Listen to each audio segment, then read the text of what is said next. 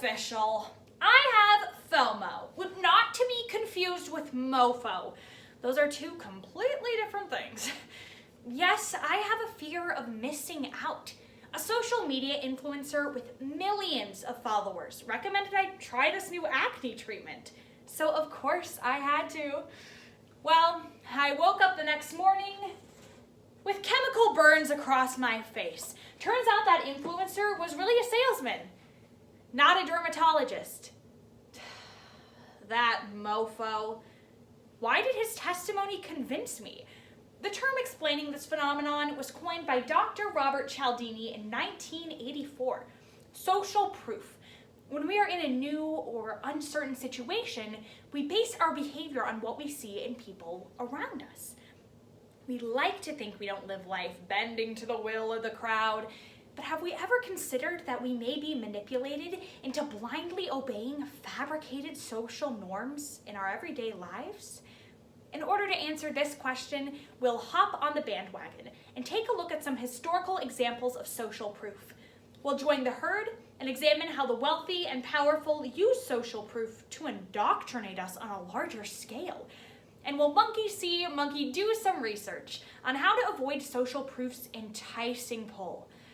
Let's consider the history of social proof. Early humans were social creatures who lived in tribes in order to gain access to special resources and ultimately survive. From an evolutionary standpoint, those who learn to collaborate most effectively have prevailed. Over time, businesses have found ways to exploit conformity and imitation, maximizing your fear of missing out on a quality experience. A 2019 Status Labs study concluded that most purchases stem from user reviews and star ratings. That same year, booking website OneTravel was exposed for sending its customers fake notifications that 40 other people were looking at the exact same flight. As Warren Buffett once said, the 5 most dangerous words in business are everyone else is doing it. But social proof goes beyond advertising.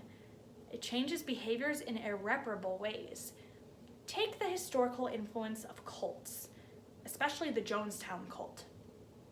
Jim Jones convinced 900 followers to drink cyanide by persuading just one woman. Once she stepped forward to drink the Kool-Aid, everyone else fell in line with alarming tranquility. Eventually, a mass of bodies piled on top of the Guiani soil. Now, I know some of you might be thinking, I'm a free thinker. I'm never going to join a cult. But the thing is, you already have. Social media constantly reminds us how everyone else is living, and it uses algorithms designed to show you content that is most engaged with at the top of your feed. So, as the New York Times reported in January 2018, big names like Trump appointee Lynn Patton, CNN commentator Hillary Rosen, and even Great British Bake Off judge Paula Hollywood purchased fake followers from Devumi, a follower factory that programs 3.5 million bots to automatically retweet and like their clients' posts. Laborers are paid pennies to click away on thousands of phones in undercover operations known as click farms. It appears like more people agree with their message, compelling you to pass it along too. Just last month, cybersecurity experts found evidence that Reddit bots helped fuel speculative fervor surrounding the GameStop frenzy. Social proof is no longer conformity. We comply with and obey the laws of whoever wields the power over our precious methods of communicating with each other. What do psychology experts have to say about this growing danger? They warn the first problem arises when the crowd's judgment isn't real to begin with, like fake followers. We should become especially perceptive to noticing this. In the words of Dr. Cialdini, instead of relying on your autopilot, glance at the instrument panel and out the window of the aircraft. Furthermore, Jaron Lanier, the father of virtual reality, suggests selecting the media you want to engage in, rather than relying on the recommended page.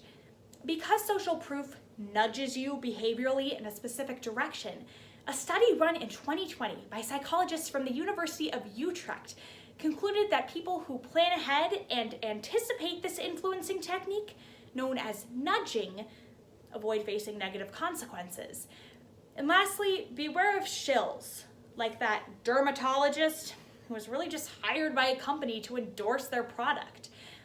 Now that we've looked at historical examples of social proof, examined the insidious power it wields over us online, and investigated ways to avoid it, we can see that social proof, when in the wrong hands, controls an oblivious population and limits our freedom to make critical decisions. So be wary of the ways society has conditioned you to lazily rely on your tunnel vision, your FOMO. And for the love of God, please don't buy The Ordinary's zinc-infused facial serum. I'd rather have a fear of breaking out than a fear of missing out.